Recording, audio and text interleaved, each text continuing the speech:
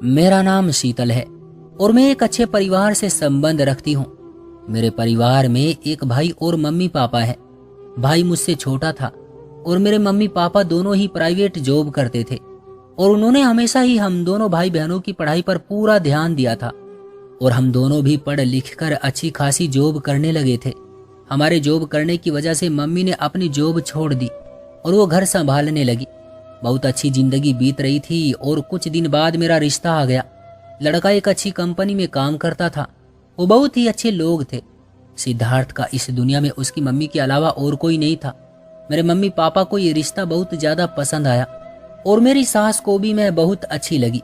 बहुत ही जल्द मेरे मम्मी पापा ने मेरी मंगनी सिद्धार्थ से कर दी और उसके कुछ दिनों बाद ही हमारी शादी हो गई। अपनी सास के घर आकर शुरू में तो बिल्कुल भी दिल नहीं लगा, क्योंकि मेरे पति ऑफिस से चले जाते थे और मुझे अपनी सास से बात करते हुए बहुत झिझक महसूस होती थी। और फिर मेरी सास मुझे अकेले ऐसे देखकर खुद ही मेरे पास आ जाती और मुझसे बात करने लगती। इस तरह धीरे धीरे मेरी झिझक भी खत्म हो गई थी और वो मुझे बहुत ही अच्छी लगने लगी। मेरी सास ने अपने आप को बहुत ज्यादा फिट रखा हुआ था और वो मेरी सास कम मेरे पति की बड़ी बहन ज्यादा लगती थी। एक दिन मैंने उनसे जब पूछा तो बोलने लगी मेरी शादी 18 साल की उम्र में ही हो गई थी और ईश्वर के आशीर्वाद से सिद्धार्थ भी शादी के 1 साल बाद ही पैदा हो गया था और उसके 5 साल बाद सिद्धार्थ के पिता हमें छोड़कर चले गए। उनके जाने के बाद मैंने अपने बेटे का पालन पोषण अकेले ही किया है। अपनी सास की बात सुनकर मुझे उनसे बहुत सहानुभूति हुई और हम दोनों घर में सहेलियों की तरह रहने लगे। वो मेरा बहुत ख्याल रखती और घर का सारा काम भी हम दोनों मिल बांट कर करते थे। कुछ दिनों बाद मेरे पति को कंपनी के काम से दूसरे देश जाना पड़ा। मेरी सास ने बहुत कोशिश की कि मुझे भी उनके साथ भेज सके, पर ऐसा नहीं हो पाया। मैं अपनी जिंदगी और अपनी सास से बहुत खुश थी और सब कुछ बहुत ही अच्छा चल रहा था। मेरे मायके से अक्सर मेरे पापा मुझसे मिलने आते रहते थे, क्योंकि वो मुझसे बहुत प्यार करते थे। 10-15 दिन में अपने घर भी चले जाते थे और महीने में 1-2 बार पापा भी मुझसे मिलने आ ही जाते थे। मेरी सास को भी पापा के आने से कोई प्रॉब्लम नहीं थी, बल्कि वो तो उनकी बहुत अच्छी तरह से देखभाल करती थी। और मेरे पति के सामने भी पापा घर आ जाते और उनसे घंटों घंटों बात करते रहते थे। मगर अब तो पापा मुझसे मिलने रोज ही आने लगे थे और मुझसे थोड़ी बहुत बात करके चले जाते थे। कुछ दिनों के बाद धीरे धीरे पापा का घर आना कम होता गया और मैंने जब उनसे पूछा तो बोलने लगे रोज रोज बेटी के घर आना अब अच्छा नहीं लगता। खैर, एक दिन मैं दोपहर का खाना खाकर अपने कमरे में चली गई और लेट गई। लेटते ही मुझे बहुत तेज नींद आई और जब शाम में मेरी आंख खुली तो घर पर मेरी सास नहीं थी। मैं शाम का खाना बनाने किचन में चली गई। कुछ देर बाद मेरी सास भी घर आ गई। देखने में ऐसा लग रहा था जैसे काफी तैयार होकर घर से निकली हो। मैंने पूछा तो कहने लगी मेरी दोस्त के बेटे की मंगनी थी, बस वही गई थी। मैंने कहा ठीक है और दिल ही दिल में सोचा कि मुझे भी साथ ले जाती। कुछ दिनों के बाद वो फिर से तैयार होकर बाहर जाने के लिए निकली। उन्होंने मुझे नहीं बताया था, लेकिन अचानक से मैंने उन्हें देख लिया। मैंने आवाज देकर पूछा कि आप कहाँ जा रही हैं? तो कहने लगी अपनी दोस्त से मिलने जा रही हूँ। मैंने कहा मुझे भी साथ ले चलो, मैं घर अकेली क्या करूंगी, बोर हो जाऊंगी। तो मेरी सास बोली अब तुम्हें तैयार होने में बहुत समय लगेगा और मेरी सारी सहेलियां आ चुकी होंगी, मैं लेट हो जाऊंगी, तुम फिर कभी चलना। उस दिन उन्हें घर वापस आने में काफी देर हो गई थी। उनका लेट होने का कारण पूछने पर वो थोड़ा गुस्सा हो गई और उन्होंने मुझे डांट दिया। बोली अब तुम मेरे कहीं आने जाने का हिसाब भी मुझसे लोगी। मैं चुप हो गई और उससे अगले ही दिन दोपहर में जब खाना खाकर मैं अपने कमरे में सोने के लिए चली गई, क्योंकि कोई काम तो होता नहीं था, इसलिए मैं शाम 5 बजे तक सो जाती थी। शाम में जब मेरी आंख खुली तो कमरे की खिड़की से मुझे बाहर कोई बैठा नजर आया। मैं फ्रेश होकर जब तक बाहर आई तो बाहर कोई भी नहीं था। मैंने अपनी सास से पूछा तो बोलने लगी कोई भी नहीं था यहाँ तो, तुम नींद से उठी हो, तुम्हें कोई गलतफहमी हुई होगी। मैंने भी सोचा शायद ऐसा ही होगा, मुझे कोई गलतफहमी ही हुई होगी।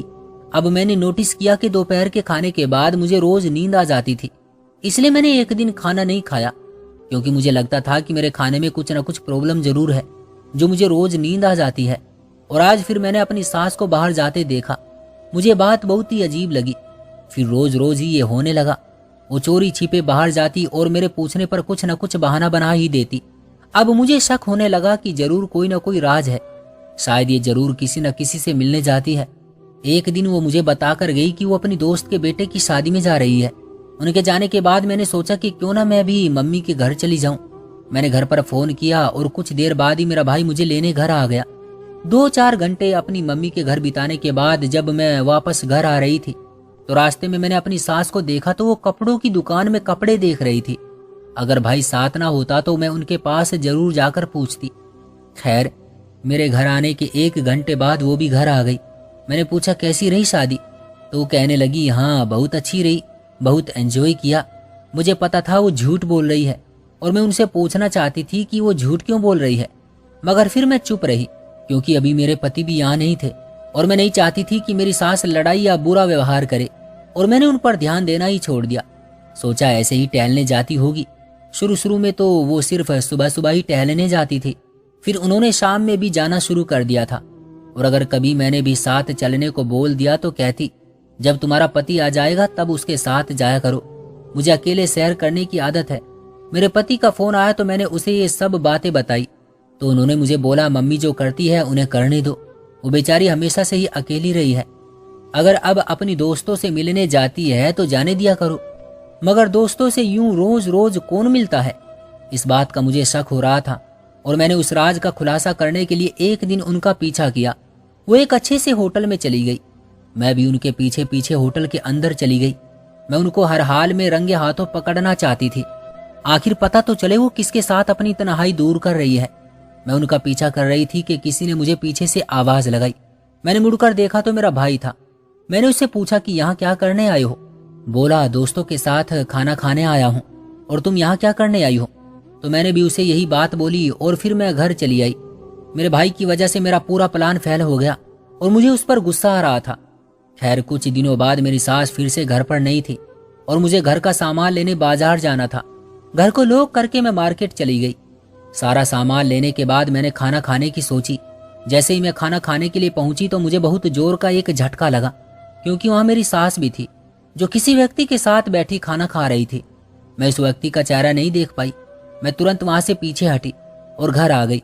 घर आकर मुझे उन पर बहुत गुस्सा आया। मैं उनके बारे में ही सोचती रही, वो कैसे इस उम्र में आकर किसी से इश्क कर सकती है। दिल किया अभी फोन करके सारी बात अपने पति को बता दूं, मगर थोड़ी देर के बाद जब मेरा गुस्सा ठंडा हो गया तो मैंने सोचा मेरा पति भी मेरी किसी बात पर विश्वास नहीं करेगा, बल्कि उल्टा मुझ पर ही गुस्सा करेंगे कि मैं उनकी मम्मी पर झूठा इल्जाम लगा रही हूँ। कुछ दिनों के बाद मैंने फिर से उन्हें साथ में देखा, लेकिन मैं फिर से उस व्यक्ति का चेहरा नहीं देख पाई क्योंकि उसने मास्क और कैप पहने हुआ था।